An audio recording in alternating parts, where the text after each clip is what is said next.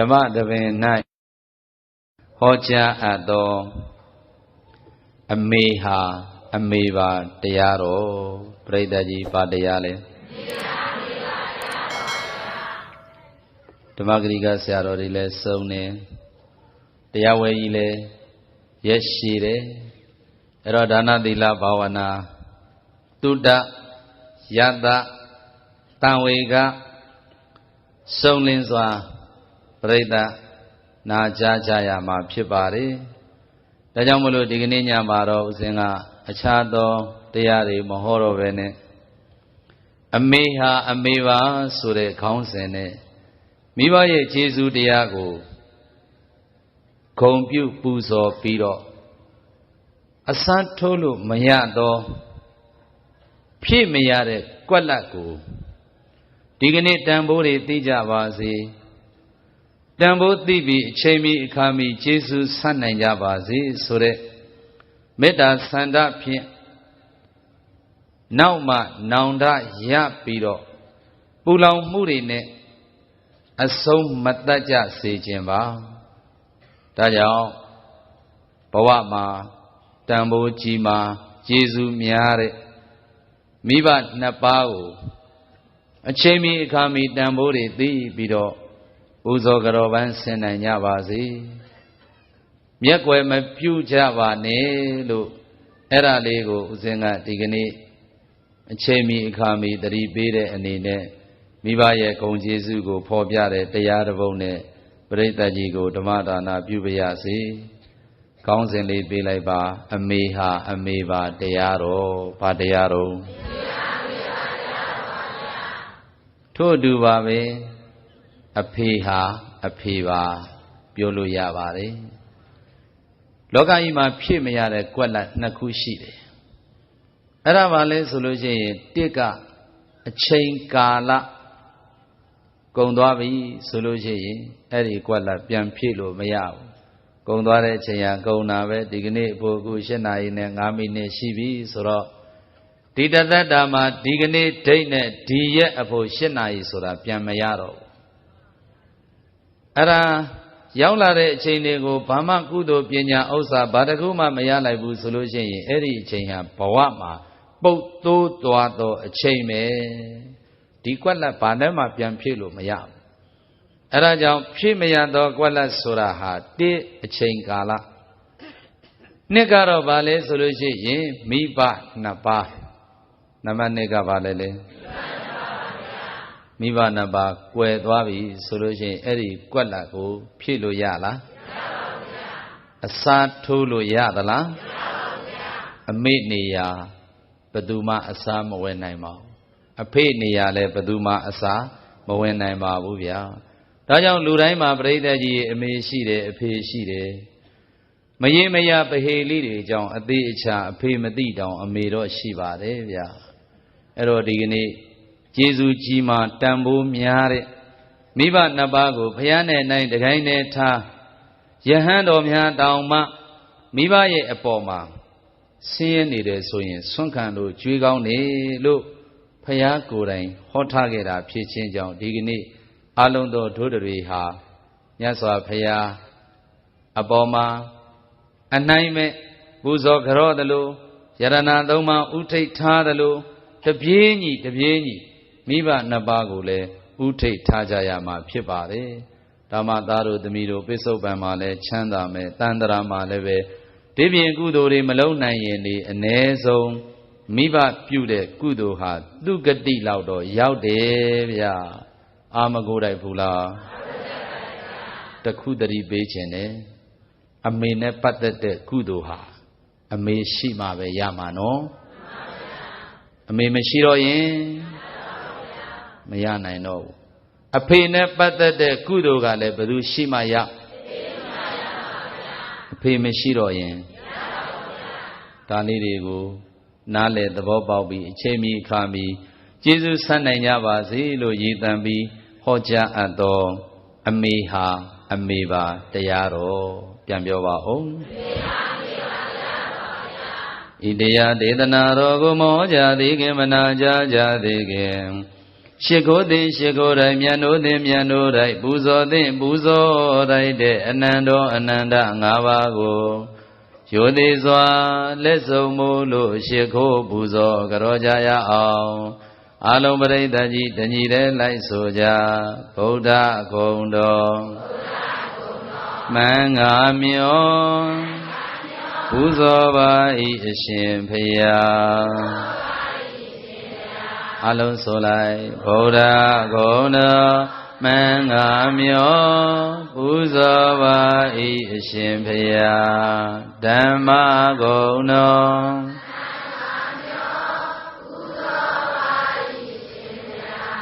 သံဃာဂုဏ်တော်မင်္ဂမျောမိဘဂုဏ်တော်မင်္ဂမျောဆရာဂုဏ်တော်မင်္ဂမျောပူဇော်ပါ၏အရှင်ဘုရားသာဓု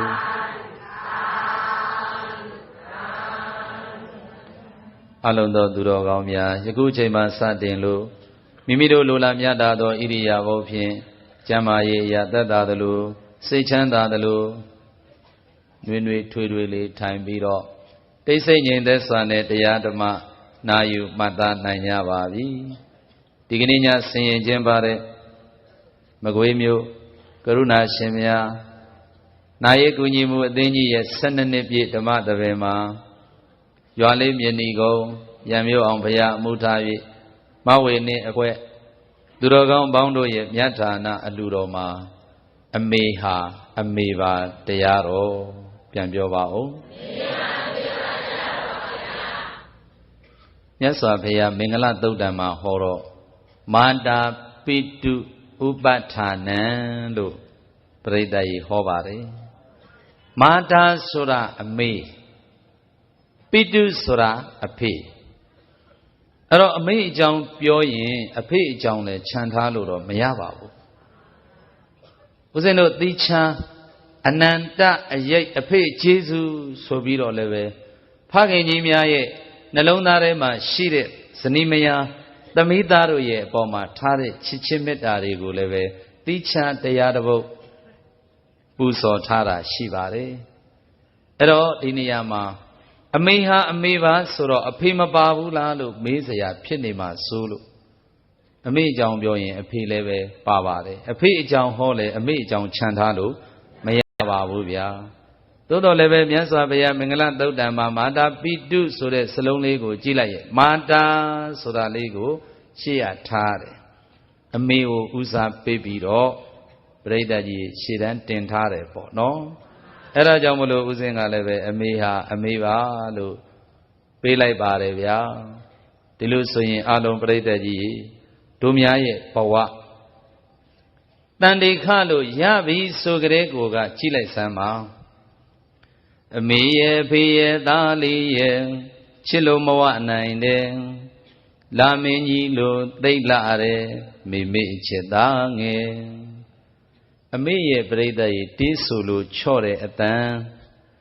အမေဟာတစ်ချိန်လုံးကအပြိုစင်လေးပါသိရှက်တတ်တာသိကြောက်တတ်တာတချင်းတွေပါလေဘယ်ဆိုတတ်မလဲသူ့အကြံလူဟောလားသူ့ရဲ့အတန်ကိုလူကြားမှရှက်တယ်ဒါပေမဲ့သားလေးလည်းရလာရောသားလေးကိုအိပ်ပျော်ဖို့အရေးမဆိုတတ်နဲ့ပြိဿကြီးအမေဟာသားဆိုတဲ့ချစ်ချင်းမေတ္တာတရားတွေဟာအမြဲစီးဆင်းနေသောမြစ်ကြီးတစ်စင်းလိုတသွင်းသွင်းယိုစီးပြီးသားလေးအိပ်ဖို့အရေးမျှော်တွေးပြီးတော့တေးဆိုလို့ချော့သိပ်ခဲ့တာဟာအမေပါမှန်ရလားပြိဿကြီးအဲ့တော့တို့များရဲ့အမေတို့များရဲ့မိဘနှစ်ပါးရဲ့မေတ္တာရင်တွင်ကရုဏာရင်တွင်မုဒိတာရင်တွင်အပြစ်တွေရှိတော်လဲအပြစ်မယူတတ်တဲ့ဥပိ္ပခရင်တွင်ထဲမှာတို့တွေအားလုံးကြီးပွားကြီးထွားပြီးတော့ကြီးပြင်းခဲ့ရတာပါမှန်ရလားပြိဿကြီးဒါကြောင့်ဘုရားမြတ်စွာကမိဘနှစ်ပါးဆိုတာသက်ရှိဗြဟ္မာကြီးတွေနဲ့တူတယ်ဘာနဲ့တူတော့ မြမကြီးတွေဟာပြမစိုးတရား၄ပါးလက်ကင်ထားပွားများကြသလိုမိဘနှစ်ပါးကလည်းပဲသားသမီးတို့ရဲ့အပေါ်မှာဘယ်သူမှမပေးနိုင်တဲ့မေတ္တာမျိုးကရုဏာမျိုးမုဒိတာမျိုးဥပိ္ပခာမျိုးမိဘတိုင်းဟာသားသမီးတိုင်းကိုမပေးနိုင်ဘူးလားဗျာပေးနိုင်တယ်ဒါကြောင့်မို့လို့ပြိဿရေသားလေးရပြီလဲဆိုရောအမေဟာအပြိုစင်ဘဝတုန်းကမဆိုတတ်တော်လည်းပဲသားဆိုတဲ့ချစ်ချင်းမေတ္တာတရားဖြင့်အမေရဲ့နှလုံးသားတွေကမေတ္တာတရားနဲ့ဖွဲ့ဆိုသီကျူးလိုက်တဲ့မြင့်မှုတေးတံတပုတ်ထွက်လာတယ်ပေါ့အိုးအေးအေးအေးအိုးအေးအေးအိုးအေးအိုးတချင်းဆိုတာမဟုတ်ပါဘူးဗျာအမေရဲ့ရင်ခွင်နဲ့ပြန်ရောက်သွားသလိုခံစားပြီးတော့အမေရဲ့ရင်ခွင်မှာအနိုင်မဲ့မေတ္တာတရားတွေနဲ့သားလေးကိုသေးဆိုလို့ချော့သိပ်ခဲ့တာပါလူတိုင်းအမေရင်ခွင်မှာနေခဲ့ဘူးကြပါလေမိမိချစ်သားမင်းရဲ့သားအမေရဲ့မင်းကအသားမိမိသားလေးနာစင်ပါမိမိတည်တံသာနာစင်ချမ်းမြေအိပ်ပါတော့မိမိတီးဆိုချောအိုးအေးအေးအေးအိုးအေးအေးအိုးအေးအိုးတာယာချမ်းမြေပျော်စရာတို့မိသားစုကဘာအမေရဲ့ဖေရဲ့သားလေးရဲ့ချစ်လို့မဝနိုင်တဲ့လာမင်းကြီးလိုသိတ်လာတဲ့မိမိချစ်သားငယ်အိုးအေးအေးအေးအိုးအေးအေးအိုးအေးအိုးတာယာချမ်းမြေပျော်ရွှင်ကဘာတို့မိသားစုကဘာအမြဲအတူမကွယ်ရှိနေမှာသားလေးရဲ့နဗီမှာဘယ်လိုအကြောင်းတရားရှိစေကွာမိမိဘေးကမခွာအမေရဲ့ဖေရဲ့သားလေးရဲ့အမြဲအတူမကွယ်ရှိနေမယ်ချစ်သားငယ်လေးအိတ်တော့အကွယ်မိမိချော့သိမ့်မယ်အိုးအေးအေးအေးအိုးအေးအေးအိုးအေးအိုးဒီလောက်ဆိုတော့ပါကြီးအကုန်အိပ်ပြောကုန်ရင်ဒုက္ခအမေဟာအပြိုစင်တုန်းကပြိဿကြီးမဆိုတတ်ပါဘူးဒါပေမဲ့သားကိုချစ်လို့ဆိုခဲ့တာထံကတိုင်းကြကြမကြကြပြိဿကြီးအမေဟာလေသားလေးရဲ့မျက်နှာကိုကြည့်ပြီးတော့ချစ်လို့မဝနမ်းလို့မဝအနိုင်မဲ့မေတ္တာတရားတွေကိုပေးခဲ့တာဟာတို့များရဲ့အမေပါမှန်ရလားပြိဿကြီးဒါကြောင့်ဘုရားရှင်ကိုတော်မြတ်ကမာတာပိတရောကျေးဇူးရှင်မိဘနှစ်ပါးတို့ကိုပြပါတိဟိုဘဝက်မှာစံမြန်းနေတဲ့မြမကြီးတွေနဲ့တူပါတယ်ဟူ၍ဥစ္စရိဥစ္ဆန္တိကောင်းစွာမသွေမိတ်ဆိုတော်မူခဲ့ကြလေကုန်သတည်း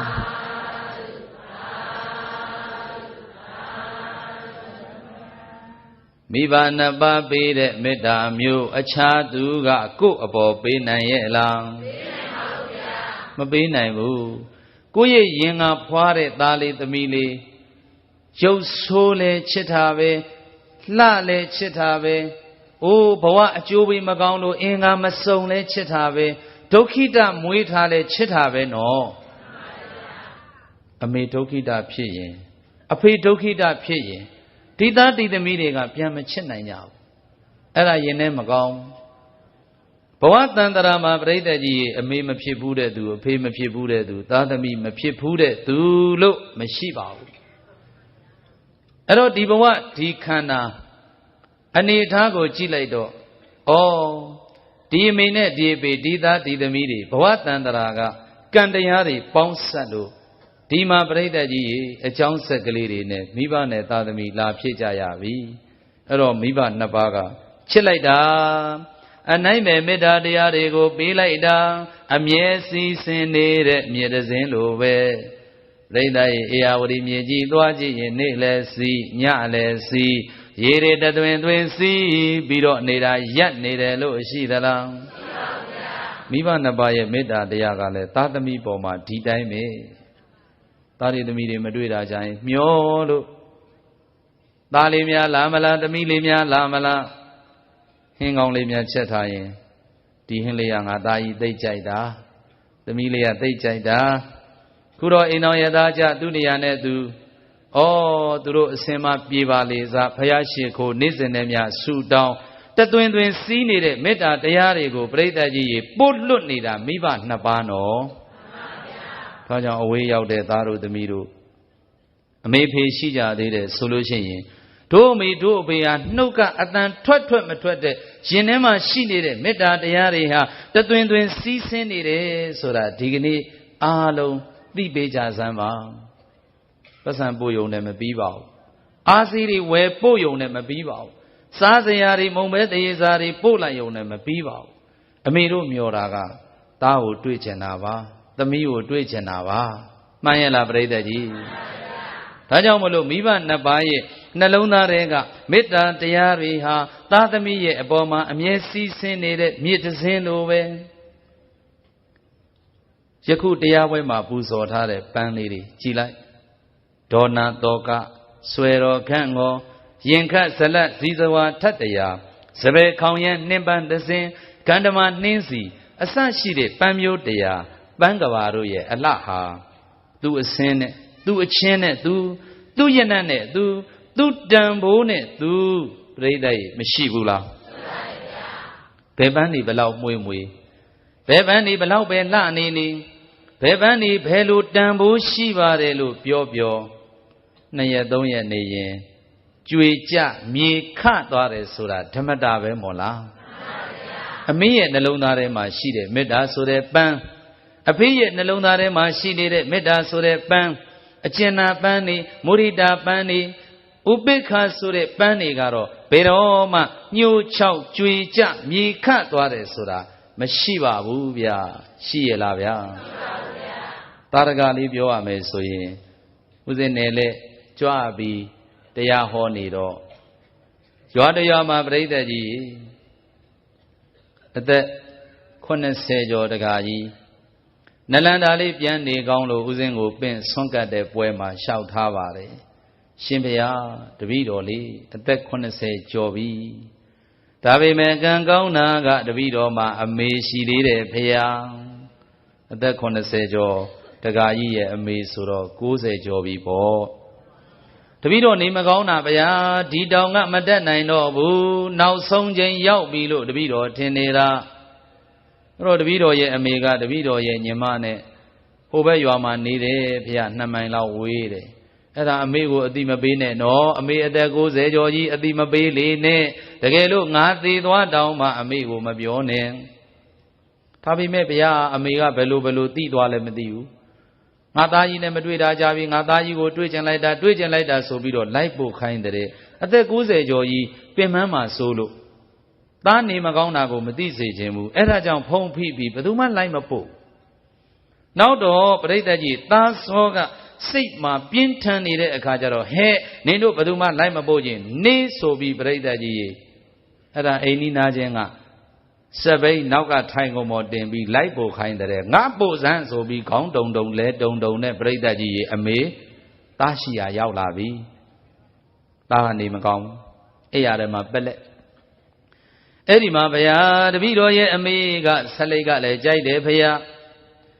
ဆက်လိတ်ကြီးဖွာပြီးဘေးကနေထိုင်ပြီးတပည့်တော်ကိုလေးခြေတော်လေးဆုပ်ကြည့်လက်ကလေးဆုပ်ကြည့်နှဖူးလေးစမ်းကြည့်အဲ့ဒီမှာအမေကလေတပည့်တော်ကိုအားပေးတယ်ဖယားခေါင်းတုံလဲတုံနဲ့ပါဇက်မှလည်းသွားတွေမရှိတော့ဘူးပချိုင်ကြီးနဲ့ပေါ့ဖယားအဲ့ဒီမှာလေအမေကတပည့်တော်ကိုအားပေးလိုက်တယ်ငါသားလူလေးမင်းဘာမှမပူနဲ့အမေရှိတယ် ပရိသတ်ကြီးအသက်80ကျော်မှငါသားလူလေးလို့အခေါ်ခံရတပည့်တော်ရဲ့နှလုံးသားတွေကိုတုံလှုပ်ခြောက်ခြားပြီးကြက်သိမ်းမွေးခြင်းတွေများထသွားတာပဲဖေယားဒီမှာအမေကိုသေချာကြည့်မိတယ်ဩအမေရဲ့တစ်ချိန်လုံးကအမေဟာလေမိမ့်မမြတ်တယောက်လှလှပပသပင်တွေကလည်းနဲ့လို့သပင်ရှည်ကြီးနဲ့သိပ်ကျက်တရေရှိတဲ့အမေအသားရည်တွေကလည်းပဲတင်းတင်းနဲ့ချောချောမောမောလှလှပပနေခဲ့တဲ့အမေတန်တန်ရှင်းရှင်းကြည်ကြည်လင်လင်နေခဲ့တဲ့အမေသားသမီးတွေအပေါ်မှာတာဝန်ကြည်ခဲ့တဲ့အမေအခုကြည်စံအမေအသက်90ကျော်လို့ဘဝအနေဝင်ချင်းရောက်နေတဲ့အမေအသွေးသားတွေလည်းခန်းကုန်ပြီပရင်နေရည်တွေလည်းတွန့်လို့သွားလေးတွေတစ်ချိန်ကလှနေတာတွေလည်းအမေမှာဘာမှမရှိတော့ဘူးပချိုင်ကြီးနဲ့ခေါင်းကတုံတုံလဲကတုံတုံနဲ့ကော့ပြီးတော့နေတဲ့ဆံပင်တွေလည်းပဲဘာတခုမှမရှိတော့ဘူးအဲ့ဒါပရိသတ်ကြီးဆပင်တွေလည်းကျွတ်ကုန်ပြီးကြံတဲ့ဆပင်အဖြူလေးကိုထုံးထားလိုက်တာအမလေးအမေရဲ့စရုံးကစရုံးတော်ကြီးတမာသီဆိုတဲ့အတိုင်းတမာသီလေးလောက်ခေါင်းကတုံးနော်အတန်ကလည်းတုံးအဲ့ဒီမှာပရိသတ်ကြီးသွားမပါတဲ့ပါဇက်ဖျားကနေပြီးငါသားလူလေးမင်းဘာမှမပူနဲ့အမေရှိတယ်။ဩအမေရဲ့အမေဟာ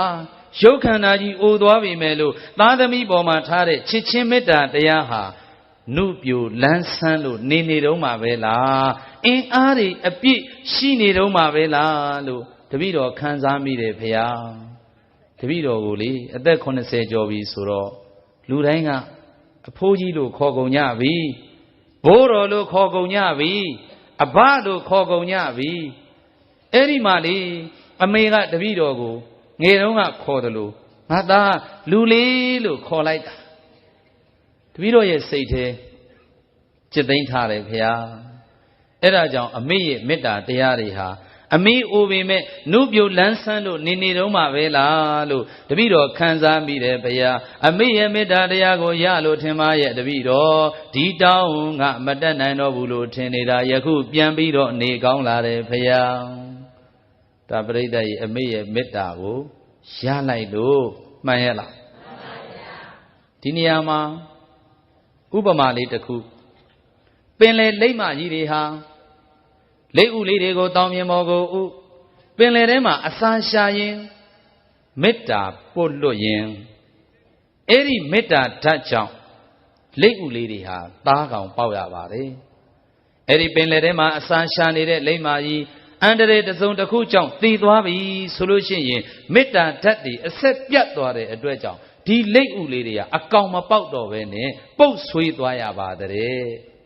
အမေရဲ့မေတ္တာတရားဟာအစွမ်းမထက်ဘူးလားဒီလိုမေတ္တာမျိုးပရိသတ်ရေဘယ်သူရှိမှအရအမယ်အမေရှိနေရင်ပြည့်စုံတယ်နော်အမေကကိုယ့်ကိုခလုံးမထိစေခြင်းဘူးစူးမညှိစေခြင်းဘူးမှန်ရလားဗျာဒါကြောင့်မလို့အမေရှိမှရနိုင်တဲ့မေတ္တာတရားမျိုးတွေဟာအမေ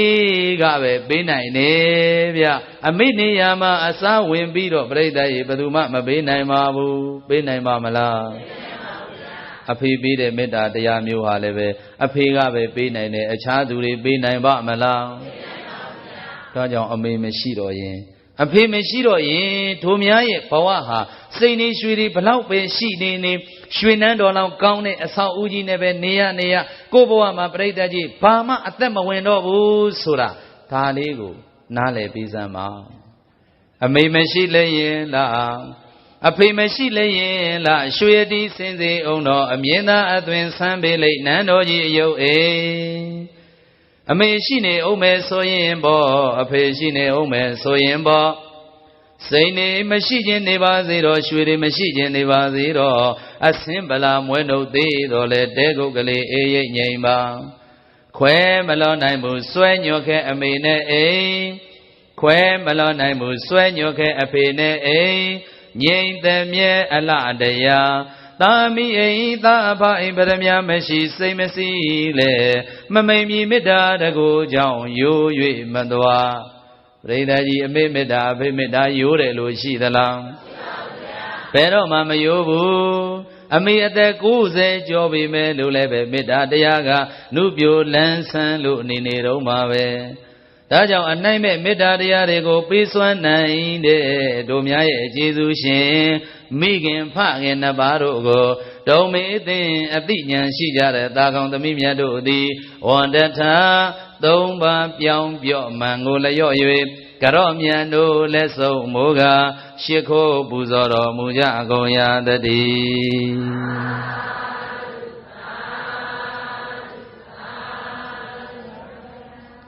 အနိုင်မဲ့မေတ္တာတရားတွေကိုပေးစွမ်းနိုင်တာဟာမိဘနှစ်ပါးဒါကြောင့်မို့လို့ဘဝရဲ့တရားဆိုတာမိဘပါပဲတို့များဘဝရဲ့တရားဟာတို့များရဲ့ပါတယ်လေမိဘနှစ်ပါးပါအမေဟာသားတို့သမီးတို့ရဲ့အပေါ်မှာဆိုကောင်းကောင်းဘယ်လိုပဲဖြစ်စေအသက်တန်လျင်အသေးခံသွားမယ်သားတွေသမီးတွေကိုကျင်နာတတ်တဲ့နေရာမှာသနာတတ်တဲ့နေရာမှာချစ်တတ်တဲ့နေရာမှာတော့အမေဟာဘသူမှသူ့နေရာအစားမဝင်နိုင်ခဲ့ပါဘူးမှန်ရလားဗျာဒါကြောင့်အမေဟာကဘာပေါ်မှာရှိသမျှအမျိုးသမီးတွေအားလုံးထဲမှာအချောဆုံးအလှဆုံးချစ်စရာအကောင်းဆုံးလို့တင်စားရလောက်အောင်တို့များရဲ့အမေဟာတို့သားသမီးတွေအားလုံးကိုချစ်တတ်ပါတယ်မှန်ရလားဗျာသားသမီးနဲ့ပတ်သက်လာရင်ဒုထောက်တောင်းပန်ရမယ့်ကိစ္စမျိုးကြုံခဲ့ရင်လည်းပဲအမေဟာမာနတွေဘလောက်ပဲကြီးနေသားသမီးအတွက်ဒုထောက်တောင်းပန်နိုင်နေကိုသားသမီးကိုသူများကစော်ကားမော်ကားပြောလာဆိုလာမယ်နှိပ်စက်လာမယ်ညှဉ်းပန်းလာမယ်ဆိုလို့ရှိရင်လေအမေဟာပြိတ္တကြီးရေယိုယိုအေးအေးကုတ်ကုတ်ကလေးဘယ်လိုပဲနေတတ်ပါတယ်ပဲပြောသားစောသမီးစောနဲ့ပတ်သက်လာရင်ကြက်သိမလို့လဲမန်ဖီလာတတ်ပါတယ်ဒါဟာအမေရဲ့နှလုံးသားထဲမှာသားသမီးတို့အတွက်ကာကွယ်ပေးနေတဲ့မေတ္တာစွမ်းရည်တတ္တိတွေပါမှန်ရလားပြိတ္တကြီးဒါကြောင့်မိမမြတ်နင်းနဲ့မြက်ခင်းဟာပန်းခင်းဖြစ်သွားတယ်ဆိုတာအမေကိုရည်ညွှန်းပြီးပြောတာပြိတ္တရေဘယ်သူကိုရည်ညွှန်းတော့ဒါကြောင့်အမေဟာသားသမီးတွေအတွက်မြင့်မြတ်တဲ့စိတ်ဓာတ်နဲ့အရာရာကိုရင်ဆိုင်နိုင်ခဲ့ပါပြီရင့်ကျက်လာခဲ့ပါပြီတည်ငြိမ်လို့လာခဲ့ပါပြီဦးဇင်းတို့အမေဟာအဖေဟာဆင်းရဲပါတယ်အဲ့တော့အမေဟာတစ်ချိန်တုန်းကပြိတ္တကြီးပြောဘူးတယ်ဈေးမရောင်းရဲဘူးတဲ့အဲ့တော့ပြိတ္တကြီးဈေးပန်းခေါင်းပေါ်မှာတင်ရက်ွက်ထဲမှာလှည့်ပြီးတော့ရောင်းရတာအဲ့တော့ပြိတ္တကြီးဈေးတယ်လို့မအော်ရဲပါဘူးတဲ့ဒါပေမဲ့လို့ဘဝဘေးအခြေအနေအရာသားလေးတွေသမီးလေးတွေရလာတော့မိခင်ကောင်းတယောက်တာဝန်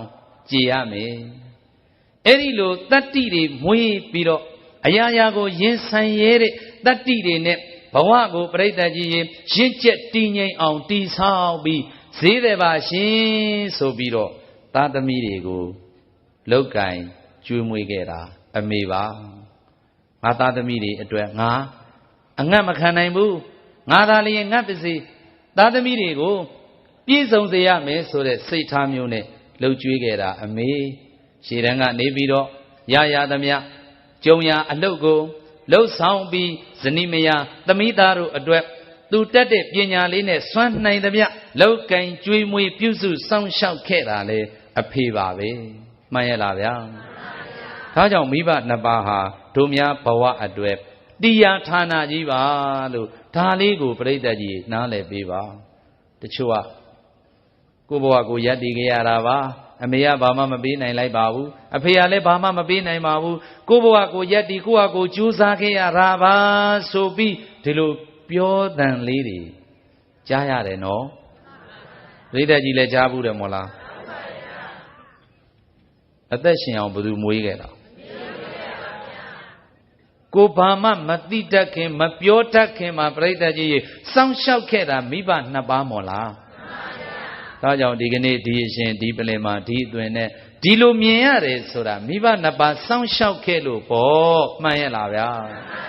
ဒါကြောင့်စိန်နေရွှေတွေပေးနိုင်မှာအမေမဟုတ်ဘူးတိုက်တွေကားတွေငွေသားတွေပေးနိုင်မှာအမွေမဟုတ်ပါဘူး အမေမဟုတ်ပါဘူးအဲ့တော့ပရိသတ်ကြီးအမေဟာအမေပါပဲ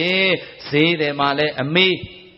ဘဝဘေးအခြေအနေမကောင်းလို့ပြည့်တစားဘဝရောက်နေတဲ့အမေလည်းပဲဘာဖြစ်လဲအမေပဲအကျွေးကြွယ်လာတဲ့ဈေးတယ်မှာလဲဘာဖြစ်လဲအမေပဲအကြောင်းတရားအခြေမွဲလို့တထောင်းစားအမေလည်းဘာဖြစ်လဲချစ်တတ်တယ်နော်ဒါလေးတွေကိုဒီကနေ့အားလုံးနားလည်ပေးပါမိမမြတ်နဲ့မြတ်ခင်းဟာပြိတ္တကြီးရေပန်းကင်းဖြစ်သွားတယ်ဆိုတာအမေကိုရည်ညွှန်းတာပါ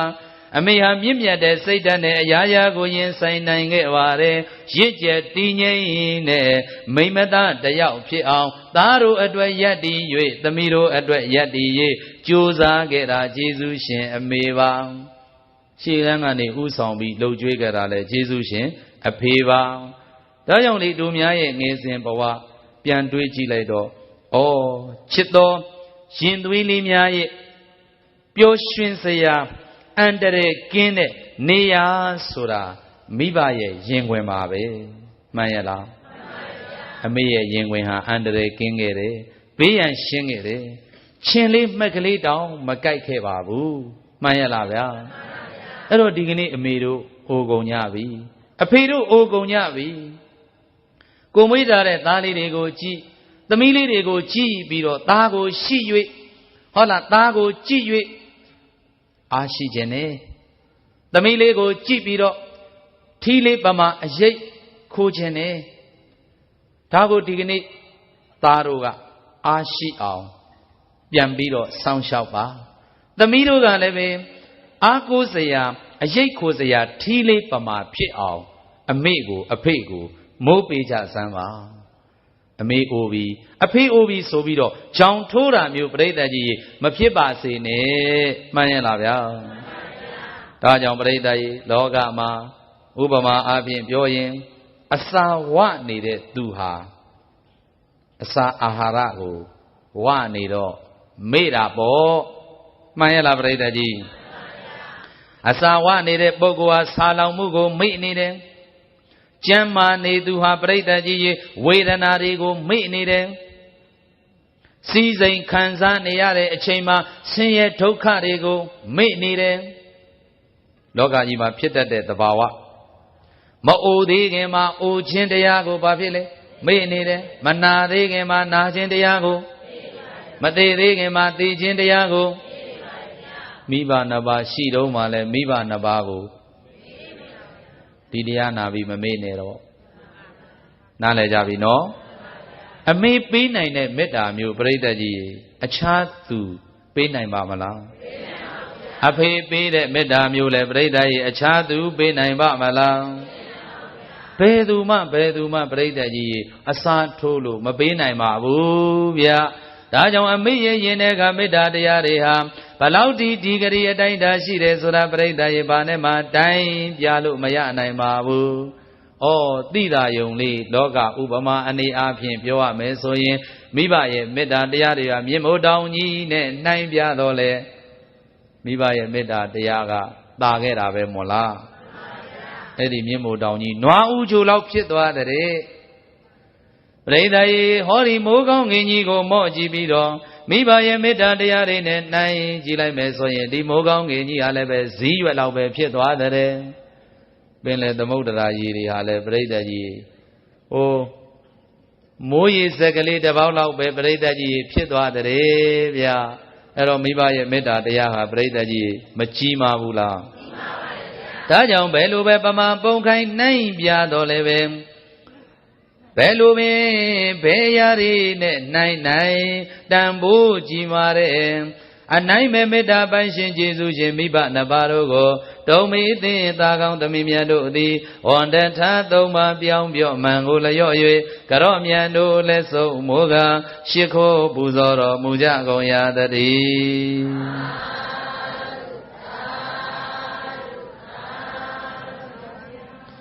ဒါကြောင့်မိဘနှစ်ပါးရဲ့ကျေးဇူးတရားတွေဟာဘယ်လိုပဲပမာပုံခိုင်းနှိုင်းပြတော်လဲပဲဘာနဲ့နှိုင်းနိုင်ပြိတ္တကြီးရေတုလို့နှိုင်းလို့မရနိုင်ပါဘူးဗျာရနိုင်ပါမလားမရနိုင်ဘူး ဒီကနေ့လူတော်သူကောင်းတွေဖြစ်လာတယ်ဆိုတာတိုင်းပြည်အတွက်အဖို့တန်တဲ့အားကိုးရတဲ့သားကောင်းသမီးကောင်းတွေဖြစ်လာတယ်ဆိုတာမိဘနှစ်ပါးကောင်းခဲ့လို့ဗျမှန်ရလားမှန်ပါဗျာကဲအားလုံးကြားဘူးတဲ့စကားလေးပြောမယ်ကလေးကောင်းမှလူကြီးကောင်းမယ်ကလေးကောင်းမှဒီကလေးတွေကောင်းဖို့အတွက်အမေနဲ့အဖေကတာဝန်ယူတာမဟုတ်လားအဲ့တော့လူကြီးကောင်းဖြစ်ဖို့ရန်အတွက်အမေကိုဖယ်ထားလို့မရဘူးအဖေကိုဖယ်ထားလို့မရဘူးကလေးကောင်းမှဘာဖြစ်လူကြီးကောင်းမှအဲ့ဒီကလေးလေးကောင်းဖို့ရန်အတွက်ပြုစုစောင့်ရှောက်လှုပ်ကြွေးလိုက်တာကဘာလို့လဲအမေနဲ့အဖေဒါကြောင့်မို့လို့ပြိဿကြီးနပိုလီယန်ကနေပြီးတော့ပြင်သစ်နိုင်ငံကြီးဖွံ့ဖြိုးတိုးတက်ဖို့ရန်အတွက်အလိုအဆုံးအရာဟာဘာလဲဆိုပြီးတော့မေးဘူးတယ်အဲ့ဒီလိုမေးလိုက်တဲ့အခါမှာမတန်ကင်ပန်ဆိုတဲ့အမျိုးသမီးကြီးတယောက်ကနေပြီးတော့ခါကော့ရင်ကော့ပြီးပြိဿကြီးဖြေလိုက်တယ်ဟုတ်လားတိုင်းပြည်အတွက်အနာဂတ်ကျယ်ပွင့်လေးတွေကောင်းဖို့တိုင်းပြည်ရဲ့သယံဇာတကလေးတွေလူတော်သူကောင်းတွေဖြစ်လာဖို့ရန်အတွက်အရေးအကြီးဆုံးအလိုအဆုံးကတော့တဲ့မိခင်ကောင်းတွေပါပဲရှင်ဆိုပြီးဖြေလိုက်ပါတဲ့နပိုလီယန်သိတဲ့ဘောကြသိမှန်ကန်ပြည့်စုံတဲ့အဖြေပဲဆိုပြီးတော့ပြိဿကြီးအားရကျေနပ်ပြီးတော့အဲ့ဒီအဖြေကိုဂုဏ်ပြုတယ်မှန်ရလားမှန်ပါဗျာအမေဟာအမေပါအမေနေရာဘယ်သူမှအစာမထိုးနိုင်ဘူးအဲ့ဒါကြောင့်ဒီကနေ့တိုင်းပြည်ရဲ့အနာဂတ်ခြေပွင့်လေးတွေမျိုးဆက်သစ်လေးတွေကောင်းစားဖို့ရန်အတွက်အဲ့ဒါမိခင်ကောင်းတွေသိလိုအပ်ပါတယ်ဒါကြောင့်ဒီကနေ့ကျေးဇူးရှင်မိဘများကသားတို့သမီးတို့ရဲ့ဘောမှာရင်ခွင်ပိုက်အရွယ်လေးကစပြီးအချိန်နဲ့တပြေးညီနေ့စဉ်နဲ့အမျှသားသမီးရဲ့ဝေယဝဲဆအညစ်အကြေးကစတုတ်တင်ပြီးတော့အရေးတကြီးတကြိတ်ကြီးနဲ့ပြိဿကြီးကြီးပွားအောင်ကြီးထွားအောင်လူလားမြောက်အောင်စောင့်ရှောက်ခဲ့တာဟာမိဘနှစ်ပါးပါပဲဒါတွေကိုပြိဿကြီးမျက်ွယ်ပြုလို့ရမလားမရဘူးဗျာဒါကြောင့်ဒုပရိသတ်များဒီကနေ့လူငယ်တွေကနေပြီးတော့လူကြီးဖြစ်လာကြပြီအပြိုလူပြိုလူလွတ်ဘဝတွေကနေပြီးတော့မှမိဘဆိုတဲ့ဘဝကိုဘာဖြစ်လဲရောက်လာကြပြီရောက်လာတဲ့အခါမှာဦးဇင်းကတော့တတိပေးခြင်းပါတယ်မိဘရဲ့မေတ္တာတရားတွေဟာတုလို့နိုင်လို့မရနိုင်ပါဘူးမရနိုင်တဲ့အတွက်ကြောင့်ဒီကနေ့လူငယ်ကနေလူကြီးလူလွတ်ဘဝကနေမိဘဘဝကိုရောက်လာကြတဲ့မိခင်လောင်များဖခင်လောင်များမိဘတာဝန်ကျေဖို့ဒါလေးလည်းပြိဿကြီးမလိုအပ်ဘူးလားတချို့ကမိခင်ဖခင်နာဖြစ်သွားတာစိတ်ကမပြောင်းဘူးဒါမျိုးတွေရောမရှိဘူးလားဩဦးဇင်းကမိဘမေတ္တာတရားဟောတော့စကိုင်းနဲ့ကလည်းလွင့်နေMRTV ဘိုးကလည်းလွင့်နေနာဘူးတဲ့ပုံကိုယ်တွေလည်းများပါတယ်အဲ့တော့ပြိဿကြီးတယ်လီဖုန်းနဲ့လမ်းပြီးတော့ရှောက်ဘူးတဲ့ဘုံဘုံဗျာတဲ့တချို့မိဘတွေကကြတော့လည်းပဲတောင်းမကြည့်ဘူးတဲ့အဲ့ဒါကြောင့်မလို့မိဘတွေလည်းပဲဟောပေးပါဦးတဲ့ဒီလိုပြောတယ်ဗျလူငယ်တွေကနေလူကြီးပြည့်သွားတော့မိခင်စိတ်ဖခင်စိတ်ကမပေါက်ဘူးကိုမွေးတဲ့သားသမီးကိုကိုအမေဖေအဖိုးအဖွားလက်ထဲထိုးအပ်ပြီးသူတို့သွားခြင်းဟာသွားအဲ့ဒီလိုလူမျိုးတွေရောမရှိဘူးလားစာအုပ်ထဲတွေ့တာမဟုတ်ဘူးမျက်လုံးနဲ့မြင်ပြီးတော့လက်တွေ့ကိုပြောနေတာမရှိဘူးလားအမေနဲ့အဖေကတော့ချစ်လိုက်ရတာသားတွေသမီးတွေလူလားမြောက်လာပြီအိမ်တော်ရသားတွေကြကုန်ပြီဒါပေမဲ့ပြိဿကြီးမဲမဲရရမိဘပေါ်လဲဘာမှပြုစုလုပ်ကိန်းကျွေးမွေးသွားတာလည်းမရှိဘူးအခုလည်းပဲပြိဿကြီးကိုချီဘွားကိုမရနိုင်သေးဘူးအဲ့တော့ကိုယ့်ဟာကိုချစ်လို့ဟုတ်လားအေးနေယူကြတယ်မရယူကြတယ်ယူလာကြပြီဟုတ်လားတအိုးတအိမ်ထူထောင်လို့အိမ်တဆောင်မိတပြောင်အဲ့ဒီလိုလည်းပဲနေဖို့ရန်လည်းမကြိုးစားကြဘူးနောက်ဆုံးတော့ပြိဿရဲ့အမေအိမ်ပြန်လာအဖေအိမ်ပြန်လာဟိုဘက်ကအဖီချဒီဘက်ကအဖီချဟိုဘက်ကအခန်းကန့်ဒီဘက်ကအခန်းကန့်ကြတော့အမေကိုနေစရာမရှိဘူးဒီလိုသားသမီးတွေမရှိဘူးလားသူတို့ကိုယ်တိုင်မိဘဘဝရောက်နေပြီဒါပေမဲ့သဘောမပေါက်သေးဘူးနော်အဲ့ဒါသူတို့ကလေးသူတို့တောင်ပြိဿကြီးရေဟောဒီမှာနော်ဟိုလူတိုင်းတော့မဆိုလိုပါဘူးတချို့မထိန်ညင်ဘူးအဲ့ဒါအဖိုးအပွားလက်ထဲအပ်ထားတယ်ဒီလိုလူမျိုးတွေရောမရှိဘူးလားဒါပေမဲ့အဖိုးတို့အဖွားတို့အမေတို့အဖေတို့ကတော့လေသားမှာအချစ်မြင်းမှာအနှစ်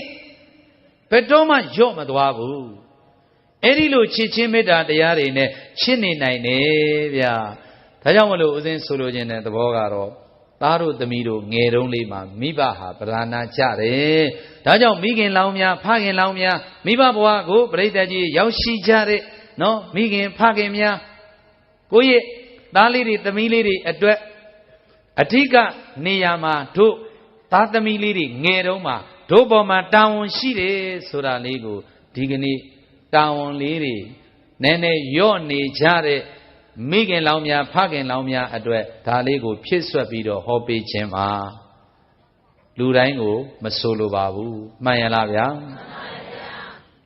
ကလေးဘဝငယ်စဉ်တောင်ကြီးမှာမိဘဟာဘလောက်ပဓာနာကြလဲဆိုတာသိတာယုံလေးတစ်ခုပြောပြမယ်ဦးဇင်းတို့လွတ်လပ်ရေးပွဲတွေပါတွေ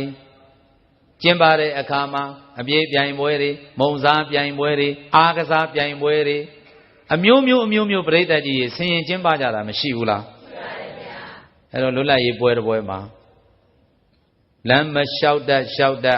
ဟိုတကြီးတရိုင်နဲ့ရိုးရိုးရိုင်တိုင်သွားနိုင်တဲ့ကလေးလေးတွေအဲ့ဒီအရွယ်လေးတွေကိုပရိသတ်ကြီးအဲ့ဒါအပြေးပြိုင်ပွဲကျင်းပ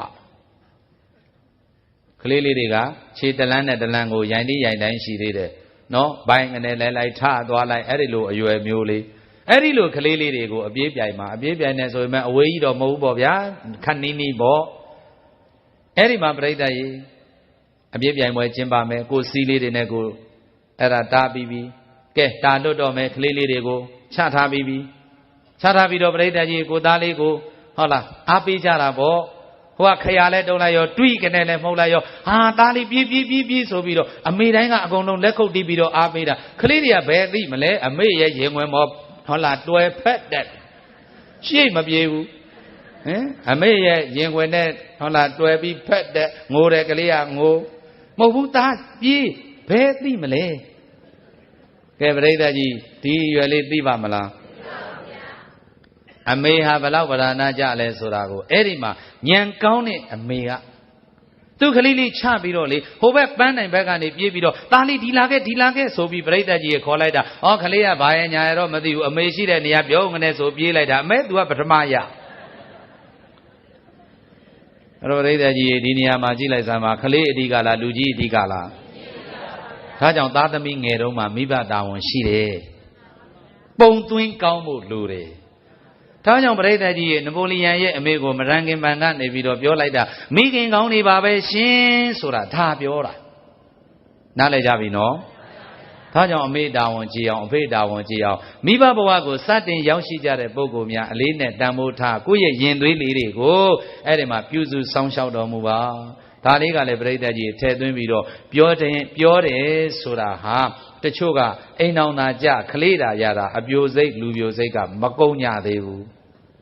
အဲ့ဒီလိုလူမျိုးတွေအတွက်ပါလူတိုင်းအတွက်တော့မဟုတ်ပါဘူးเนาะအဲ့တော့ဦးဇင်းပြောဟောခြင်းဟာဟုတ်လားဘသူအတွက်ဆိုတာလေးကိုနားလည်ခံစားနိုင်ကြမှာပါမှန်ရလားပရိသတ်ကြီးတချို့ကြတော့လေပရိသတ်ပေါင်းသူတော်ကောင်းတို့သာသမီလေးတွေကလိမ်ပါတယ်မိဘတွေကဆိုးနေတာတွေလည်းရှိတာပါတယ်မရှိဘူးလားအဖေကလည်းပရိသတ်ကြီးအရက်တော့ဖဲရိုက်ပလင်းနဲ့နစ်ဖန်ခွက်ထဲနစ်ယုံလို့မရအဖေက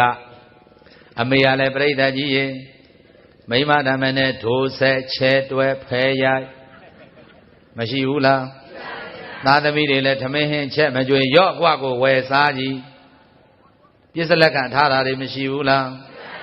ဩသားလေးတွေသမီးလေးတွေကပညာတတ်ကလေးတွေဖြစ်လာတော့ပရိသတ်ကြီးအမေကိုလည်းတန်ဖိုးထားပြီးတော့ချစ်ကျင်တယ်ဒါပေမဲ့အမေကလည်းပရိသတ်ကြီးသူ့မူနဲ့သူ့စရိုက်နဲ့သူအဖေကလည်းသူ့မူနဲ့သူ့စရိုက်နဲ့သူဒါမျိုးတွေရောမရှိဘူးလားကလေးလေးတွေကပညာတတ်ကလေးတွေဖြစ်လာတဲ့အခါကျတော့အမေကိုတန်ဖိုးထားချစ်ကျင်တယ်တန်ဖိုးထားပြီးတော့ပရိသတ်ကြီးမျက်မျက်နိုးနိုးဟုတ်လားမိဘနှစ်ပါးကိုချစ်ကျင်တယ်ဒါပေမဲ့ပရိသတ်ကြီးဟာအဖေကလည်းစူဆဲငေါ့လင်မယားရန်ဖြစ်ရိုက်နဲ့သားသမီးတွေလည်းပရိသတ်ကြီးပြစ်ထားဆိုတော့ကလေးတွေမှာစိတ်မှာဒဏ်ရာရပြီးအမေကိုလည်းမချစ်တဲ့အဖေကိုလည်းမချစ်တဲ့ဒီလိုဖြစ်နေတာဒါမျိုးတွေရောပရိသတ်ကြီးမရှိဘူးလားအဲ့ဒါဦးဇင်းကိုခေပညာပွဲရပညာတတ်ကလေးတွေပါ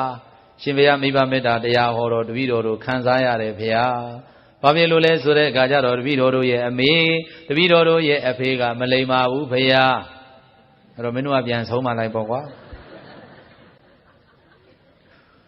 ပရိသတ်ကြီးလောကမှာအဲ့ဒီလိုတွေလည်းမရှိဘူးလားရှိတယ်ရှိတယ်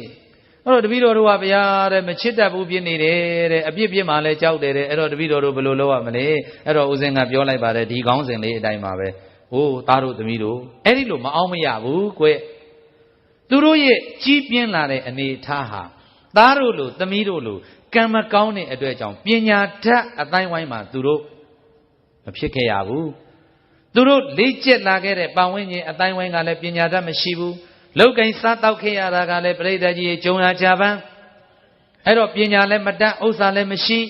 စာပေကိုလည်းပဲမဖတ်ဆိုတဲ့အခါကျတော့သူတို့ရဲ့ဇေယိုက်ကလေးတွေကကြမ်းတမ်းတာပေါ့ကွယ်အဲ့တော့အမေကိုအပြစ်မတင်လိုက်ပါနဲ့သားတို့သမီးတို့ရဲ့ဘဝမှာအမေကလည်း2ယောက်မရှိပါဘူးအဖေကလည်း2ယောက်မရှိပါဘူးအမေဟာဘယ်လိုအမေမျိုးပဲဖြစ်ဖြစ်အမေဟာအဖေဟာမင်းတို့ဘက်ကချစ်တတ်အောင်တာကြိုးစားလိုက်စမ်းပါကွာအဖေဟာအယက်သမားကြီးပါပဲဆိုပြီးအပြစ်မတင်ပါနဲ့အမေဟာဘာမှအသိဉာဏ်မပြည့်စုံတဲ့မိန်းမတယောက်ပါပဲဆိုပြီးအဲ့ဒီလိုမမြင်လိုက်ပါနဲ့အမေဟာအဖေဟာအမေရဲ့အပေါ်မှာအဖေရဲ့အပေါ်မှာအပြစ်တွေကမြင်ပြီးအပြစ်တွေကတင်နေမယ်ဆိုလို့ရှိရင်သားတို့သမီးတို့အတွက်အပြစ်ဖြစ်ပြီးတော့အိုးတကယ်လို့များလူပြေနောက်တစ်ပြန်ရောက်ရင်ဒီတဲ့ဆိုတဲ့မိဘနဲ့မင်းတို့သွားတွေ့လိမ့်မယ်အပြစ်မယူနဲ့ကွသူတို့ရဲ့နှလုံးသားထဲမှာသားသမီးအပေါ်မှာချစ်ချင်းမေတ္တာတရားကတော့အပြစ်ရှိတယ်မှန်ရလားပြိတ္တကြီးဒါကြောင့်ဘုရားမြတ်စွာကမာတာပိတတော်ကျေးဇူးရှင်မိဘနှစ်ပါးဆိုတာမြမတိတာမန်ပုဂ္ဂိုလ်တွေမထနိုင်တဲ့မေတ္တာတရားမျိုးအကျဉ်းနာကရုဏာတရားမျိုးမုဒိတာဆိုတဲ့တရားမျိုးဥပေက္ခဆိုတဲ့တရားမျိုးတွေကိုသာသမီတို့ရဲ့အပေါ်မှာအမြဲစီစဉ်နေတဲ့မြေတစင်းတို့အမြဲတမ်းပေးစွမ်းနိုင်တဲ့အတွက်ကြောင့်မြမကြီးတွေနဲ့တောင်းတူပါတယ်ဟု၍ဩစရိဩဇန္တိကောင်းစွာမသွေမိတ်ဆိုတော့မူခဲ့ကြလေကုန်သတည်း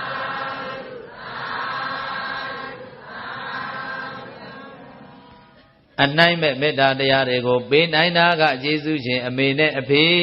အဲဒါကြောင့်သားတို့သမီးတို့အမေကိုအပြစ်မတင်ပါနဲ့အဖေကိုအပြစ်မတင်ပါနဲ့ကိုယ်ကံကိုအပြစ်တင်ပါပရိသတ်ကြီးအဖြေထုတ်ကြစို့အမေမကောင်းတာလားအဖေမကောင်းတာလားကိုယ်ကံမကောင်းတာလားလက်ခံတယ်မဟုတ်လားအေးလက်ခံရမှာဖဲအမေတိုင်းအဖေတိုင်းဆိုတာမှမဟုတ်ပဲကို့အမေကြမှာလာဆိုးနေကို့အဖေကြမှာလာဆိုးနေအဲ့ဒါကိုယ်ကံဆိုးတာအမေဆိုးတာမဟုတ်ဘူးအဖေဆိုးတာမဟုတ်ဘူးဟာအမေကငါ့ပေါ်တောင်းအောင်မကြည့်ဘူးအဖေကငါ့ပေါ်ရန်သူကြနာမယ်တောင်းအောင်မကြည့်ဘူးဆိုပြီးတချို့ပြိဿရဲ့စိတ်မှာဒဏ်ရာရမျက်စောင်းထိုးပြီးအမေကိုပြစ်ပဲအဖေကိုပြစ်ပဲပြိဿရဲ့ဒါမျိုးမရှိဘူးလားအဲ့ဒါထပ်ပြီးပြိဿရဲ့အပြစ်သင့်မယ်ဒါကိုမဖြစ်သင့်ဘူးဒါကြောင့်အမေဆိုးတယ်အဖေဆိုးတယ်လို့မလုပ်ပါနဲ့ကိုယ်ကံဆိုးတယ်လို့ပဲသဘောထားပါမှန်ရလားပြိဿကြီးကိုယ်ကံကောင်းရင်ရွှေပေါ်မြတယ်ထားတဲ့မိဘနဲ့တွေ့မှာပေါ့ရှင်ဘရင်သားသမီးဖြစ်မှာပေါ့စัจ जा မင်းသားသမီးတထေးတကြွယ်သားသမီးဖြစ်မှာပေါ့ကိုယ်ကံမကောင်းလို့အယက်သမားဖဲသမားသားသမီးလာဖြစ်တာဒါကိုပြိဿကြီးအမလေးကိုချီပွားကိုရရတာပါဘာဖြစ်တာပါညာဖြစ်တာပါလုံးမနေနဲ့ကိုယ်ကံမကောင်းတာသူများလိုက်ပြောနေတယ်လို့ပဲအမေဟာအဖေဟာတဘဝမှာပြိဿကြီးနှစ်ခါတော်လို့လည်းမရပါဘူးအမေမရှိတော့ရင်အမေနေရာမှာလည်းနောက်တစ်ယောက်အစားမဝင်နိုင်ပါဘူးအဖေမရှိတော့ရင်လည်းအဖေနေရာမှာနောက်တစ်ယောက်အစားမဝင်နိုင်ပါဘူးဗျာမှန်ရလားပြိဿကြီးဦးဇင်းတို့ယခုလက်တွေပြောရမယ်ဆိုလို့ရှိရင်ကျေးဇူးရှင်ဖခင်ကြီးမရှိတာ9နှစ်ရှိပါပြီအမေတော့ရှိပါသေးတယ်အဲ့တော့ဦးဇင်းတို့ယခုလိုတရားပွဲသည်အဝေးကြီးသွားဟောညမှာပြန်ဒီကနေ့လဲဦးဇင်းတို့တရားပွဲပြီးရင်ပြန်ကြွမှာပါအဲ့တော့မန္တလေးကိုခမ်းမန်းကြီးအပြင်2နာရီခွဲ3နာရီမှပဲရောက်အဲ့တော့အဖေရှိတုန်းကပြိဿကြီးရဲ့ကျောင်းမှာရောက်နေတဲ့အချိန်ကျေးဇူးရှင်အဖေကလေအဲ့ဒါမအိပ်နိုင်ပဲနဲ့ထိုင်စောင့်နေဗျာအဖေရဲ့ နှစ်ချက်သုံးနာရီတောင်ထိုးနေပြီအိပ်ပါတော့လားဆိုတော့ပရိသတ်ရေသားသမီးစိတ်ချမ်းသာအောင်ပြောတာတပည့်တော်အိပ်မပြောသေးလို့ပါတဲ့ဘယ်ဟုတ်မလဲပရိသတ်ကြီးရေသားသမီးပြန်မလာသေးတဲ့အခါကျတော့အဲ့ဒါစိတ်ချလက်ချခေါင်းချပြီးမအိပ်နိုင်ဘူးဒီလိုမေတ္တာမျိုးပရိသတ်ကြီးအဖေပဲပေးနိုင်တယ်ဒီကနေ့ဦးစင်းမှာအဖေမရှိတော့ဘူးဆိုတော့ထိုင်ဆောင်မဲ့နှစ်ယောက်တည်းကပရိသတ်ကြီးတယောက်မရှိတော့ဘူးဘယ်သူမှထိုင်မဆောင်တော့ပါဘူးဗျာအခုအမေကတော့ပရိသတ်ကြီးသူ့အိမ်မှာသူရှိပါတယ်ညနေရပဲဖုံးဆက်ထားရတယ်ဦးစင်းရာသီဥတုအေးတယ်နေကောင်းရဲ့လားမန္တလေးမှာငရင်လှုပ်သွားတယ်အဲ့ဒီမှာရောအခြေအနေကောင်းရဲ့လားကောင်းပါတယ်အမေအဲ့တော့ဒီကနေ့ညတရားပွဲပြီးပြန်လာမယ်ရာသီဥတုအေးတယ်နော်ခေါင်းစိုးကလေးပါရဲ့လားအင်ကြီးနွေးတယ်လေးပါရဲ့လားခြေတော့စွတ်တဲ့ခြေစိုးကလေးလဲစွတ်နော်ပရိသတ်ကြီးအမေဗျပရိသတ်ကြီးဒီလိုမေတ္တာတရားမျိုးအမေကပဲပေးနိုင်တာအမေသာမရှိတော့ရင်ပရိသတ်ကြီးဒီလိုမေတ္တာတရားမျိုးရပါမလားမရနိုင်တော့ဘူးဒါကြောင့်မို့လို့ဒုပရိသတ်များအမေကပေးတဲ့မေတ္တာမျိုးဟာကိုယ့်အတွက်အမေရှိမှပဲရမှာအဖေပေးတဲ့မေတ္တာမျိုးဟာလည်းပဲကိုယ့်အတွက်ဘယ်သူရှိမှရအဲ့ဒီလိုပါပဲတန်ဖိုးထားမျက်မျက်နှိုးနှိုးနဲ့တို့သားသမီးတွေကလည်းပဲပြိတ္တကြီးရေဩ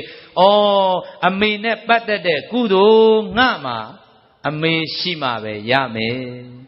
အဖေနဲ့ပတ်သက်တဲ့ကုသိုလ်လည်းပြိတ္တရေဘယ်သူရှိမှရမယ်အမေမရှိတော့ရင်အမေနဲ့ပတ်သက်တဲ့ကုသိုလ်ရပါအောင်မလားအဖေမရှိတော့ရင်အဖေနဲ့ပတ်သက်တဲ့ကုသိုလ်ရပါအောင်မလားအမေဟာအမေပဲအဖေဟာအဖေပဲဘယ်လိုပုံကိုမျိုးပဲဖြစ်ဖြစ်အမေမဟုတ်သူကိုဒါကျွန်တော်အမေပါလို့ပြောလို့ရမလားအဖေမဟုတ်သူကိုလည်းဒါကျွန်တော်အဖေပါလို့ပြောလို့ရမလားမရပါဘူးဗျာကံမကောင်းအကြောင်းမသိလို့ကို့အမေဟာကို့အဖေဟာဘယ်လိုဘဝဘယ်လိုပုံစံမျိုးပဲဖြစ်နေနေအမေဟာအဖေဟာ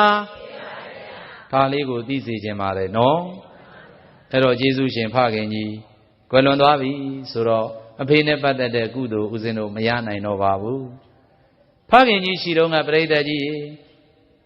ရွှေတကုံမြတ်ဖရာဖူးခြင်းတယ်လို့ပြောသွားဘူးပါတယ်အဲ့တော့ဦးဇင်းတို့ညံ့လို့ပေါ့ဗျာဒီတရားဟောရင်ဒီအကြောင်းတွေကမေးလို့မရပါဘူး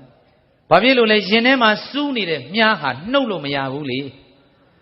ဘယ်တော့မှလည်းနှုတ်လို့ရမှာမဟုတ်ဘူးသေးသေးတိလည်းနှုတ်လို့ရမှာမဟုတ်ဘူးဖခင်ကြီးရွှေတကုံဖျားဖူးခြင်းနဲ့သားတယောက်အနေနဲ့ပြိတ္တကြီးရေမပို့လိုက်ရဘူးအဲ့တော့ယခုဦးဇင်းတို့သာသနာပြုနေတဲ့ဘဝတစ်ခုညစဉ်ရတဲ့ဓမ္မပလင်ကဓမ္မပူဇာတွေနဲ့သာသနာတော်အတွက်ကြံရစ်ပါစေဆိုပြီးဒါဦးဇင်းရိပ်သာကြီးတီထောင်သာသနာကြီးတီထောင်ကျောင်းကံဘုရားတွေတီဆောက်သာသနာတော်အတွက်လိုအပ်ချက်တွေပညာရေးပရိသတ်ပင်တွေစိုက်ထူလူရန်လို့သိမ့်မောင်းရာထောင်မကပေါ့ဗျာဒါကပရိသတ်ကြီးရေကိုလှုပ်တဲ့အလုပ်ကိုရည်သွေးဖော်ပြနေတာမဟုတ်ဘူး။အိုးရှင်ဘုရားပါသူသိမ့်မောင်းရာထောင်ဘလောက်ပဲသာသနာပြုနေနေပရိသတ်ရေအဖေကို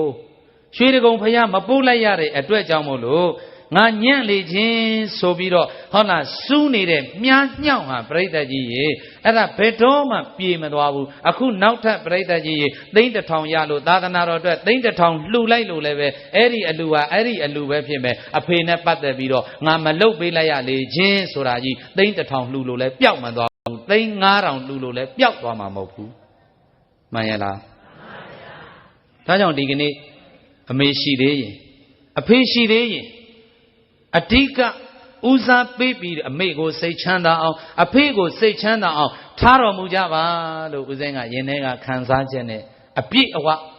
ပရိသတ်ကိုတိုက်တွန်းပါတယ်။ဘာဖြစ်လို့လဲဦးဇင်းလိုယင်ထဲမှာမပို့လိုက်ရလေခြင်းဆိုတဲ့မြားစူးနေမှစိုးလို့ဗျာမှန်ရလားပရိသတ်ကြီးဘလောက်ပဲသာသနာပြုကုသိုလ်တွေသိမ့်မောင်းရာထောင်လှူနိုင်ပါတယ်ပြောဒီမြားညောင်းကတော့ပရိသတ်ကြီးဆွဲနှုတ်လို့ရမှာမဟုတ်တော့ဘူးနော်ဘာဖြစ်လို့လဲပရိသတ်ကြီးအစားမရနိုင်တော့လို့ပါမှန်ရလားအဲ့ဒါကြောင့်တွေးမိလေတိုင်းဩနောက်မှနောင်တဆိုတာအလကားပါပဲဒါကြောင့်အမေရှိတော့အမေပေါ်မှာတာဝန်ကျေအောင် အဖေရှိတော့အဖေရဲ့အပေါ်မှာတာဝန်ကျေအောင်ဒီကနေ့သားသမီးတိုင်းစောင့်ရှောက်ကြရမှာဖြစ်တယ်အဲ့ဒါကြောင့်ပရိသတ်ရေဦးစင်းကနောက်ထပ်ငါမှအမေရှိသေးမြားတစ်ချောင်းထပ်ပြီးတော့အစူးမခံနိုင်တော့ဘူးဆိုပြီးတော့အမေဘယ်သွားခြင်းလဲပြောဘာစားခြင်းလဲပြောကုသိုလ်ရအောင်နာနေပြီတော့ဗျာသားတွေသမီးတွေမြည်တွေအတွက်တော့ကားတွေဘာမှမရောက်ပါစေနဲ့သူအကြောင်းနဲ့သူကံအချိန်တန်အရွယ်ရောက်လူလားမြောက်ကုန်ကြပါပြီသူ့ဟိုသူ့အိမ်နဲ့ပြိဿရေဖြစ်ကုန်ကြပါပြီတနေ့မှခွဲရမှာဖြစ်ခြင်းကြောင့်ဘာကိုမှအမေအစွဲလမ်းမထားပါနဲ့တော့ကုသိုလ်ရအောင်နေပါမန္တလေးမှာပြိဿကြီးရေဦးစင်းရဲ့အမေကိုခေါ်ထားယခုတိုက်ဆောက်လို့ပေးပြီးပြီဆွမ်းငန်းထိုင်ကိုတော့12ပါးရှိတယ်နေ့စဉ်နဲ့များဆွန့်ချက်လို့လောင်းအိမ်မှာကြွလာတဲ့တန်ခါကော်ဖီလေးမုံလေးလက်ဖက်ကလေးမှာစမပြတ်စေနဲ့ဦးစင်းကထောက်ပံ့မယ်ဒီကုသိုလ်လေးအမေရအောင်ယူအဲ့တော့ဗမာပြည်တဏ္ဍတလျာပြိဿရေမရောက်ဘူးတဲ့နေရာမရှိရအလျောင်းပို့ပြီးပြီအဖေတော်ကရွှေတကုံမပို့လိုက်ရတဲ့အတွက်ကြောင့်အမေဗုဒ္ဓဂါယမသွားခြင်းမူလားဩဦးစင်းမအလုပ်တွေများပါတယ်ငွေကုန်ကြီးကြများပါတယ်မိဘမေတ္တာအိုးအဲ့ဒါတွေထဲ့တွက်မနေနဲ့သွားခြင်းတယ်လို့ဒါပြောလိုက်စမ်းပါဆိုတော့ပရိသတ်ကြီးပြုံးဖြီးပြီးလို့အမေသွားခြင်းတယ်ပေါ့ကဲဒါနဲ့ပရိသတ်ကြီးနော်ထောင်းလျှောက်စီစဉ်ပေးမယ်ဆိုပြီးပရိသတ်ကြီးဒါဦးစင်းကဗုဒ္ဓဘာသာခရီးစဉ်မှာစီစဉ်ပေးလိုက်တာယခုလွန်ခဲ့တဲ့တစောင်းမုံလာပြည့်ကျော်တရက်နေ့လောက်ကမှပဲအဲ့ဒါပြန်ရောက်ပို့ပြီးပြီနောက်ထပ်မြားတစ်ချောင်းအစူးမခံနိုင်တော့ဘူးမှန်ရဲ့လားပရိသတ်ကြီးဒါကြောင့်မလို့ဒီကနေ့မိဘနှစ်ပါးရဲ့တန်ဖိုးကိုသိပြီးတန်ဖိုးရှိအချိန်မီအခါမီပရိသတ်ကြီးပြုစုလှုပ်ကြွေးနိုင်ကြဖို့ရန်အတွက်ဦးစင်းကခန်းစားချက်နဲ့ပြောပြတာပါမှန်ရဲ့လားပရိသတ်ကြီးဒါကြောင့်လေစဗုတိုင်းမှာအဖြစ်ကြီးပြရအရင်အပူလိုင်းဖြာဝေရဏီကာတွေနဲ့လူတိုင်းမှာအမေရှိကြပါတယ်မယေမယပဟေလိတွေကြောင့်အသင်အချာအဖေမသိတောင်မှအမေတော်ရှိတယ်ဗျချစ်တရာဝေကဲပြည့်တစားအမေလည်းအမေပါပဲအကျွေးကျွဲလာတဲ့ဈေးတယ်မအမေလည်းအမေပါပဲအကြောင်းတရားအခြေမွဲတရောင်းစားအမေလည်းအမေပါပဲသာသမီတွေကြီးထွားစေတော့လို့စီဝါအထွေတွေစိန်ရွှေပရမအိမ်မြေကားနဲ့ငွေသားအမွေပေးနိုင်မှအမေမဟုတ်ပါဘူးရိုင်နဲ့တဲအတွင်လဲခင်းလို့အိတ်နေစရာတိုးဖဲလို့ပြီးခဲ့ပါသည်အယိုဟင်းတစ်ဖက်စီဝေးထမေးအတူတူတောက်ဘိုင်းမောင်တော်လဲအတူတူချင်းအောင်မရှိခြုံစရာဆောင်မရှိခင်းအိတ်စရာဖြာလဲမရှိလို့ချင်းကိုသွေးလူအတူတူကြဘိုးကိုသွေးလူအတူတူအပူကိုမျှဝေခံစားဒုက္ခကိုပို့မိုးလေးနဲ့စေပညာအမွေမွဲတော်လေအမေဟာအဖေဟာစနိမယသမီးသားတို့ရဲ့အပေါ်မှာလုံခြုံတဲ့အရေးကိုပေးလို့ခြေတန်းကနေအသက်ဆွန့်ရှားဖွေကျွေးတာလေအမေပါကိုလာလဲဆယ်လာဖွားလို့တင်းញိုင်းကိုတရက်မျက်စောင်းသုံးကထိုးပြီးအသက်ဆွန့်ပြီးသားသမီးကိုမွေးဖွားပေးခဲ့တာလည်းပဲကျေးဇူးရှင်အမေပါမှန်ရလားပရိသတ်ကြီးဒါကြောင့်ဒီကနေ့အမေကိုအသက်ပေးပြီးတော့မွေးခဲ့ရတာကျေးဇူးတင်တယ်ဆိုလို့ရှိရင်လှုပ်ကြွေးသမှုပြုတ်ပြီးလုံခြုံတဲ့အရေးကိုပေးလို့ရှေ့တန်းကနေကာကွယ်စောင့်ရှောက်ပေးနေတဲ့ကျေးဇူးရှင်ဖခင်ကြီးများကိုလည်းပဲကျေးဇူးတင်ရမှာပါဗျာမှန်ရလားပရိသတ်ကြီးဒါကြောင့်မို့လို့အမေအကြောင်းပြောရင်လည်းအဖေအကြောင်းချမ်းထားလို့မရပါဘူးအဖေအကြောင်းပြောရင်လည်းပဲအမေအကြောင်းချမ်းထားလို့မရပါဘူးဗျာအဲ့တော့ကလေးဘဝအတူတူလက်ပွန်းတတိနေရတာကတော့အမေနဲ့နေရတာများတာပေါ့အမေကတီတီတာတာယူယူရရကျင်ကျင်နာနာပိုက်ပိုက်ထွေထွေနဲ့ပြိဿရဲ့သာသမီကိုပိုးမွေတယ်လို့မွေးခဲ့ရပါသည်အဖေကတော့အိမ်မှာကြံရည်တဲ့ဇနီးမယားသမီးသားတို့အတွက်အရှာပွေးလို့ကြွေးကြရပါသည်ဒီတော့အရွယ်ရောက်လာတဲ့သားသမီးတွေဟာအမေနဲ့အဖေကိုပို့ပြီးတော့ချစ်တတ်ကြတယ်အဖေကိုကြတော့ပြိဿကြီးတချို့မချစ်တတ်ပါဘူးဒါလေးကိုချစ်တတ်အောင်သင်ပေးစမ်းမရစေနားလည်းပေးကြစမ်းပါအမေကကရုဏာနဲ့ရှင်ပြီးချစ်တာ အမေကဘာနဲ့ရှင်ချစ်တာတနာတာပဲသိတယ်နော်တနာတာပဲသိတယ်သားသမီးစိတ်ဆင်းရဲတာကိုပြိတ္တာကြီးမကြည့်ခြင်းဘူးအမေကအရက်တောက်ချင်တဲ့သားကအမေစီကိုပတ်စံလာတောင်းတယ်အမေသားကိုပတ်စံပေးစမ်းပါအိုးမင်းမပေးဘူးအရက်တောက်မဲ့ကောင်မပေးဘူးတခွန်းတော့တောင်းလိုက်သေးတယ်အမေကလည်းဗျာသားကိုပေးပါဆိုမှအမေကမပေးရင်သားဘသူစီသွားတောင်းရမှာမလေးမျက်နှာငယ်လေးနဲ့ပြောတာရှိသေးအမေကလေစိတ်ကပြောင်းသွားပြီသားသမီးစိတ်ဆင်းရဲတာမကြည့်ကျင်တော့ဘူးအဲ့ဒါနဲ့ပြိတ္တာကြီးအန်ကျိတ်ပြီးတော့လေဒါလားသူအိတ်ထောင်ထဲကနေပတ်စံလေးနှိုက်ပြီးတော့ရောသွားမင်းအဖေသာသိလို့ရှိရင်တော့လေမင်းတော့လေအဲ့ဒါသိတော့မှာပဲရိုက်ခံတော့မှာပဲသွားဆိုပြီးပြိတ္တာကြီးအဲ့ဒီလိုလွတ်လိုက်တယ်သားသမီးစိတ်ဆင်းရဲတာကိုမကြည့်ရဘူးအရက်တော့မှသိတယ်ဒါပေမဲ့ပြိတ္တာကြီးစိတ်ဆင်းရဲတာကို तू မကြည့်လို့ဘူး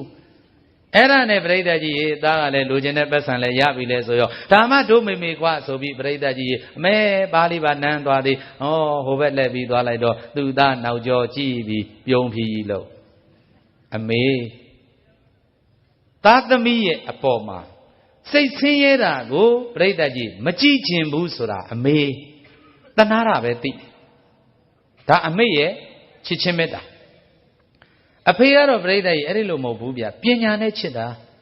ပညာနဲ့ချစ်တဲ့အဖေကပြိတ္တာကြီးသူလားလျင်အယက်သမားဖြစ်ခြင်းဖြစ်မယ်သူသားသမီးကိုအယက်သမားအဖြစ်မခံနိုင်ဘူးအဲ့တော့ပြိတ္တာကြီးအဖေကဟဲ့ကောင်မင်းအယက်တောက်တယ်လို့ငါသတင်းရငါမိတ်ဆွေတွေကပြောတယ်အဲ့ဒါနဲ့အဖေကပြိတ္တာကြီးသားကိုဆူပြီးမင်းဒီနာလာအောင်အဲ့ဒါနဲ့သားကအိမ်ကနေအပြင်ကနေပြန်လာအိမ်ထဲရောက်ဟဲ့ကောင်မင်းဒီလာအောင်မင်းအရက်တောက်တယ်လို့ငါကြားတယ်ငါမိတ်ဆွေတွေကပြောတယ်အဲ့တော့ဒါပြိတ္တာကြီးရေသူမဟုတ်တော့ငြိမ်းနေတယ်ပေါ့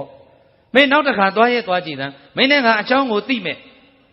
ဆိုတော့သားကပြိတ္တာကြီးမျက်စောင်းကြီးထိုးပြီးမကြည်ပေါက်ကြီးနဲ့ကြည့်နေတယ်ပေါ့အဲ့တော့အဖေကကရုဏာတော်နဲ့ငါဒီကောင်ကွာထိုးလိုက်ရကြိတ်လိုက်ရရိုက်လိုက်ရအဲ့တော့ပြိတ္တာကြီးအိမ်ထဲကအမေကကြားပြီကြားတော့အမေကဥရဖားရနဲ့ပြိတ္တာကြီးလုံးစရာရှိတဲ့ဇလုံးတွေခွက်တွေဆေးရင်မတာချပြီးပြေးလာပြီးတော့ဟိုရှင်ရလဲကိုသားသမီးမဟုတ်တာကြာနာလာငါသားဒီဘက်တော်တော့အမေကဘသူကတော့မနေအဲ့တော့သားကအမေအားကိုရသွားပြီအမေပဲကတ်သွားပြီးတော့လေအဖေကိုမျက်စောင်းထိုးကြည့်နော်ရှင်ရလဲကိုသားသမီးမဟုတ်တာကြာနာပဲရန်သူကြာနာပဲလာငါသားဒီဘက်တော်တော့ဆိုတော့ဟောပြိတ္တာကြီးဖခင်ကြီးကလည်းဘာမှမတတ်နိုင်ဘူးအန်ကျိပြီးစိတ်ထဲမှာပြိတ္တာကြီးကရုဏာဒေါသောတွေနဲ့ပေါ့အဲ့ဒီမှာသားကဘယ်လိုမှတ်သွားလဲဆိုတော့အမေကမှငါ့ကိုချစ်တာအမေကငါဘက်ကအဖေကငါ့ကိုရန်သူကြီးတပွဲထင်နေတာရန်သူကြနေတာပဲဆိုပြီးဒီလိုထင်သွားတတ်တယ်အဲ့ဒီလိုမထင်ကြပါနဲ့အဖေရဲ့နှလုံးသားထဲဟာသူသားလည်းရင်အယက်သမားဖြစ်ခြင်းဖြစ်မဲ့သားကိုအယက်သမားမဖြစ်နိုင်ဘူးအဖြစ်မခံနိုင်ဘူးဆိုတာဖခင်ရဲ့နှလုံးသားထဲကတိတ်ကလေးအန်ကျိတ်ပြီးငါသားလေးတော့ရေရိမ်နစ်တော့မှာပဲကွာငါသမီးလေးတော့ရေရိမ်နစ်တော့မှာပါပဲဆိုပြီးတော့ယောက်ျားတမ်းမဲနဲ့နောက်ွယ်မှာတိတ်ကလေးအန်ကျိတ်ပြီးမျက်ရည်ကျနေရတဲ့အဖေတွေအများကြီးရှိပါတယ်မရှိဘူးလားဒါကြောင့်အမေကိုချစ်တတ်တယ်လို့အဖေကိုလည်းပဲချစ်တတ်ပါစေဗျာ